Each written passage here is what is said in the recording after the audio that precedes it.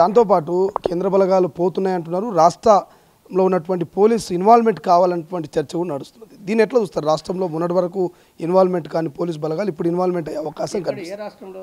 తెలంగాణ రాష్ట్రంలో ఛత్తీస్గఢ్కి సంబంధించిన ఈ కర్రగుట్టలకు సంబంధించి తెలంగాణ రాష్ట్రంలో వాళ్ళు ఇక్కడ హింసా కార్యకలాపాలు కొనసాగితే లేదా చట్ట వ్యతిరేక కార్యకలాపాలు కొనసాగితే వాళ్ళు ఏనాడు వదిలిపెడతామని ఏనాడు చెప్పలేదు. చాలా స్పష్టమైన ప్రకటన. ఏఐసిసి ప్రతినిధి కేశవరావు మాటల్లో ఒక వంక చర్చలను ఆహ్వానిస్తామని చెప్పిండు, మరొక వంక చట్ట వ్యతిరేకమైన హింసా కార్యకలాపాల పట్ల మేము తప్పనిసరిగా ప్రభుత్వ హింసను వ్యతిరేకిస్తాం, ప్రైవేట్ హింసను వ్యతిరేకిస్తాం, చట్టబద్ధమైన పద్ధతుల తీసుకోవాల్సిన చర్యలు కూడా ఉంటాయనే విషయాన్ని కూడా చాలా స్పష్టం చేసిండు. ఒక రాజకీయ నాయకుడిగానే స్పష్టం చేసిండు, ఏఐసిసి ప్రతినిధిగా స్పష్టం చేసిండు.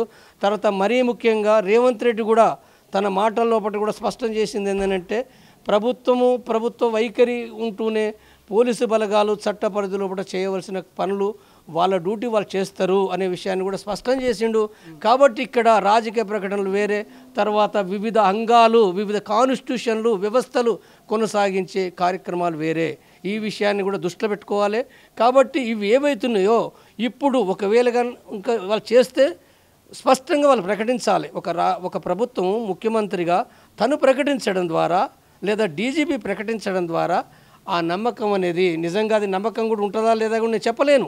ఎందుకంటే చంద్రబాబు ప్రభుత్వం గతంలో కాల్పుల విరమణ ప్రకటించి కాల్పుల విరమణ ఉండగానే కాల్పులు చేసి పద్మక్కను చంపిండు. పద్మక్క రాష్ట్ర కమిటీ మెంబర్ పద్మక్క చనిపోయింది, ఇంకా చాలామంది చనిపోయారు.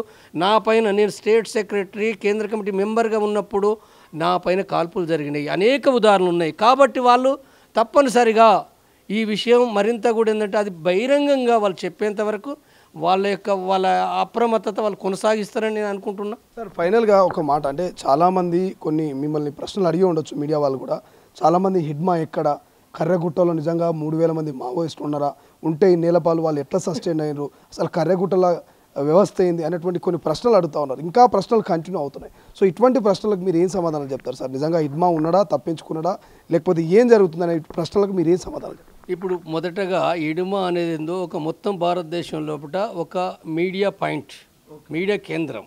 ఎందుకు కారణం ఏంటంటే ఇడుమా అంటే ఆ బెటాలియన్కు నాయకుడు ఇడుమా. బెటాలియన్ కాదు, కంపెనీ పెట్టినప్పటి నుంచి అక్కడ ఒకటి మన తాడిమెట్ల 76 మందిని చంపిన దాంట్లో తన ఒక కమాండింగ్ నాయకత్వ పాత్ర పోషించుండు. ఇది మాత్రమే కాదు, ఇంకా ఒక ప్రముఖమైన యాక్షన్లు 20 మందిని 30 మందిని 40 మందిని చంపిన దాంట్లో, ఆయుధాలు సీజ్ చేసుకున్న దాంట్లో ఒక మిలిటరీ నాయకుడికి ఎదిగిండు, ఆదివాసీ నాయకుడే. ఆయన చదువుకున్నది 5వ తరగతే, కానీ అక్కడ ప్లాటును కంపెనీని బెటాలియన్ తీర్చిదిద్దుతూ ఒక మిలిటరీ పరంగా ఎదిగిస్తూ అక్కడ మిలిటరీ పోలీసు బలగాలకు ఒక ఛాలెంజ్గా నిలబడ్డాడు. ఈ ఛాలెంజ్ నుంచి అంటే మీడియా ఏమర్థం చేసుకుంటుందనంటే ఎవరైతే మిలిటరీ యాక్షన్ చేస్తారో వాళ్ళని చాలా అది చేస్తుంది. కానీ దాని యొక్క విధానాలు ఎవరు? కేంద్ర కమిటీ, రాష్ట్ర కమిటీ ఉంటుంది.